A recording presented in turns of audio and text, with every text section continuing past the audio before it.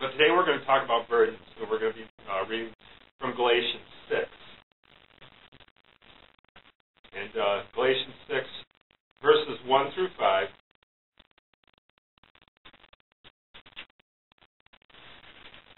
So the message today isn't terribly long, but I think it's an important one. It's kind of a follow-up to what we talked about last Monday. So Galatians 6, starting in verse 1, says, "Brethren, if a man is overtaken in any trespass, you who are spiritual, restore such a one in spirit of gentleness, considering yourself, lest you also be tempted. Bear one another's burdens, and so fulfill the law of Christ. For if anyone thinks himself to be something when he is nothing, he deceives himself. But let each one examine his own work, and then he will have rejoicing in himself alone, and not in another. For each one shall bear his own load." Now, some burdens are meant to be shared, some burdens are meant to be shouldered, and some burdens are meant to be shed. And we all have burdens. And I don't care who you are or how great you think you are or anything, we all have burdens, and I know we have burdens here. All of us have burdens here.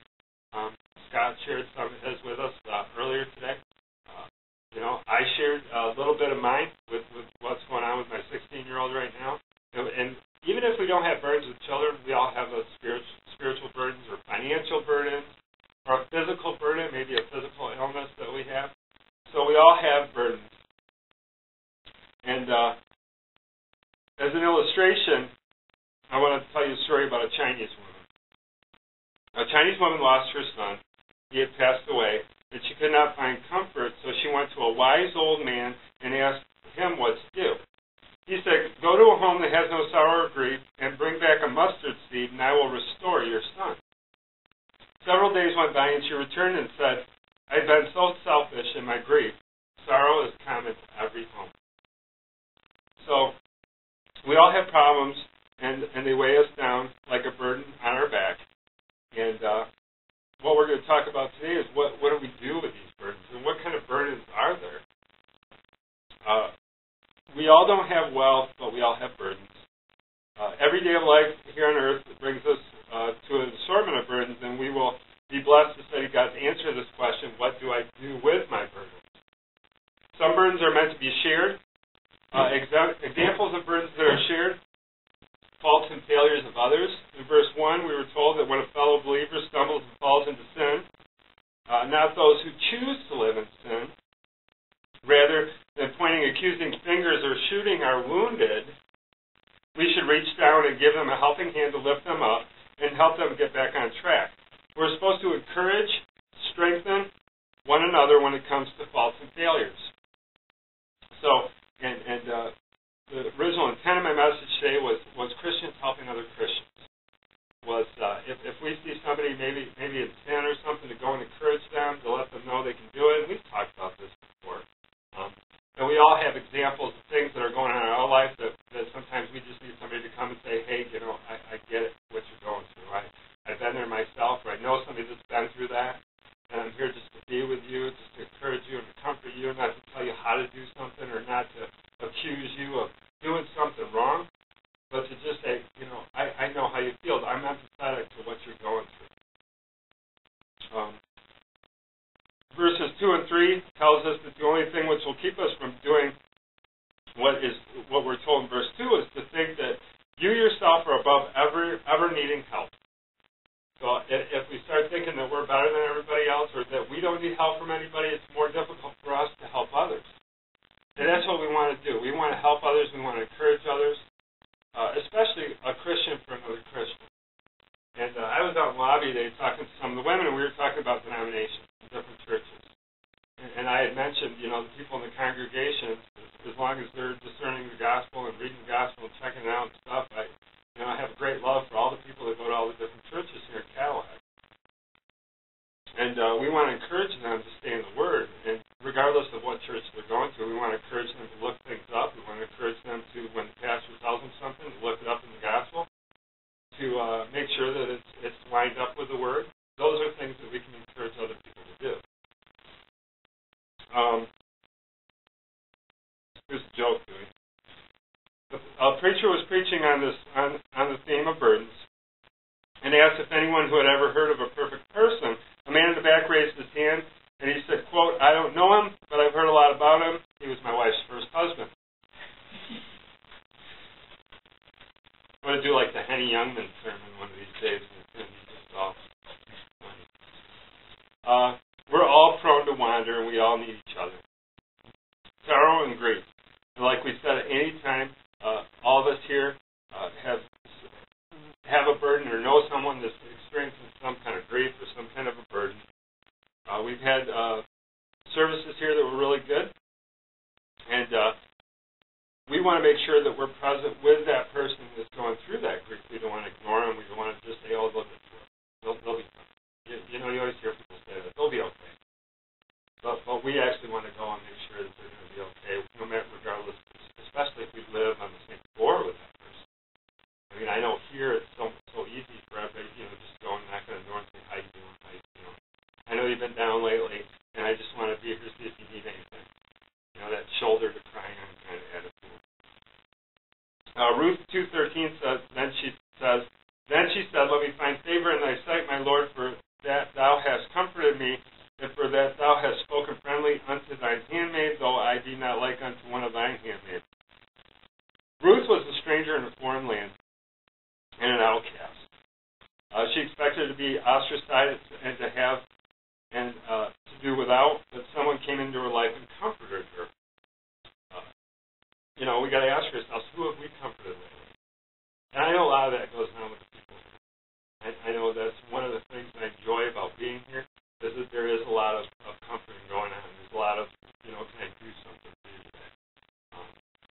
There's a lot of examples of that. Maxine's a good example of that. She's always going out of her way to see how people are doing, how they're feeling. She goes and visits people in the hospital.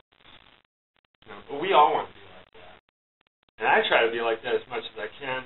And I guess, we don't want to use excuses like I don't have time or it's very tiring, because it's never too tiring to be the shoulder for somebody.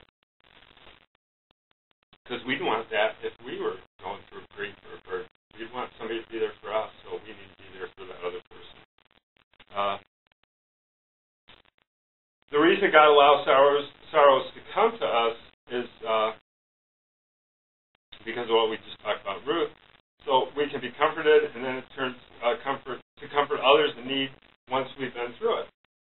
2 Corinthians 1:4 says, "Who comforteth us in all tribulation, that we may be able to comfort them which are in trouble, by the comfort wherewith we ourselves are comforted of God." George Truett at the First Baptist of Dallas years ago told of a lady in his church who had a baby who died. He tried and tried but could not comfort the woman. Hours of counsel didn't do it, but then he remembered another lady in the church who had been through the same thing before. He enlisted her help, and she did more in 5 minutes than he ever did. So sometimes the people that we think have the answers, whether it's a pastor or a wise old sage, sometimes the answers are a lot easier when we just look to somebody who's been through that same experience.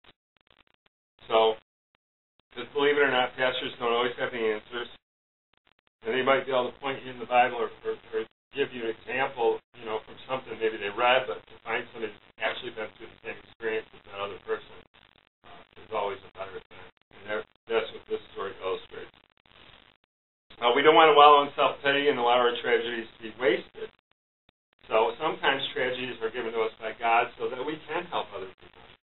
So, like the story I just said, that because this lady had been through this before, she had the ability to help ease the burden of another one that was going through the same thing, where the pastor couldn't do it because he had no relationship or empathy towards what was going on. Vernon McGee tells of a church member criticizing him for ignoring him on the subway. This wasn't his usual way, so he asked when it was. Then he remembered that day and the very bad news that he had heard and the burden he was carrying. He apologized as he told the man the situation. The man's heart broke as he empathized and realized his pastor wasn't perfect and had a life of his own and didn't exist merely for others at all times, and he apologized and became more patient and kind. So, and regardless of who the pastor or minister or anybody is, you've got to remember that they're human beings too.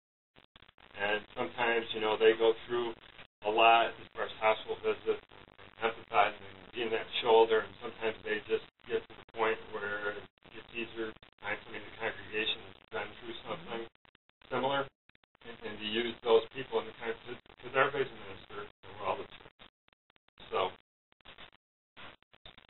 Lift a burden with a kind note. Some burdens are meant to be shared. Make your faith promise pledge to missions. Read the prayer letters. Pray for them. Things that we can do for other people. And prayer is a good thing that we can do for everybody, whether they're here or in another state or in another country. We can pray for people when we see things, tragedies happen on the news, like what happened in Haiti with the earthquake or Japan with the tsunami. We could pray for those people.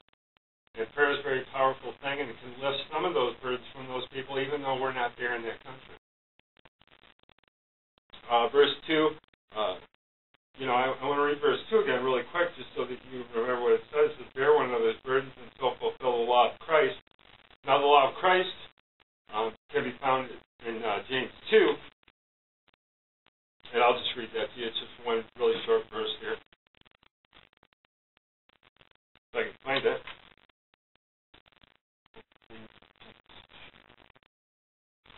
James 2, verse 8. If you really fulfill the royal law according to the Scripture, you shall love your neighbor as yourself. You do well.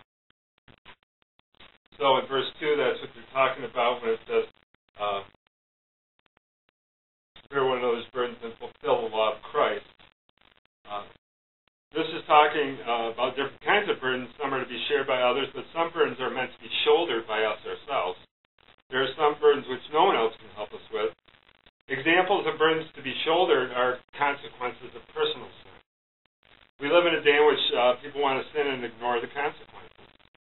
The attitude today is it's not your fault, it's the way your parents raised you, and this is what we talked about last Sunday, if you remember correctly, about not blaming our parents or not blaming other people for the life that we're living now as an adult. We're not minimizing the effects that our past can have sometimes,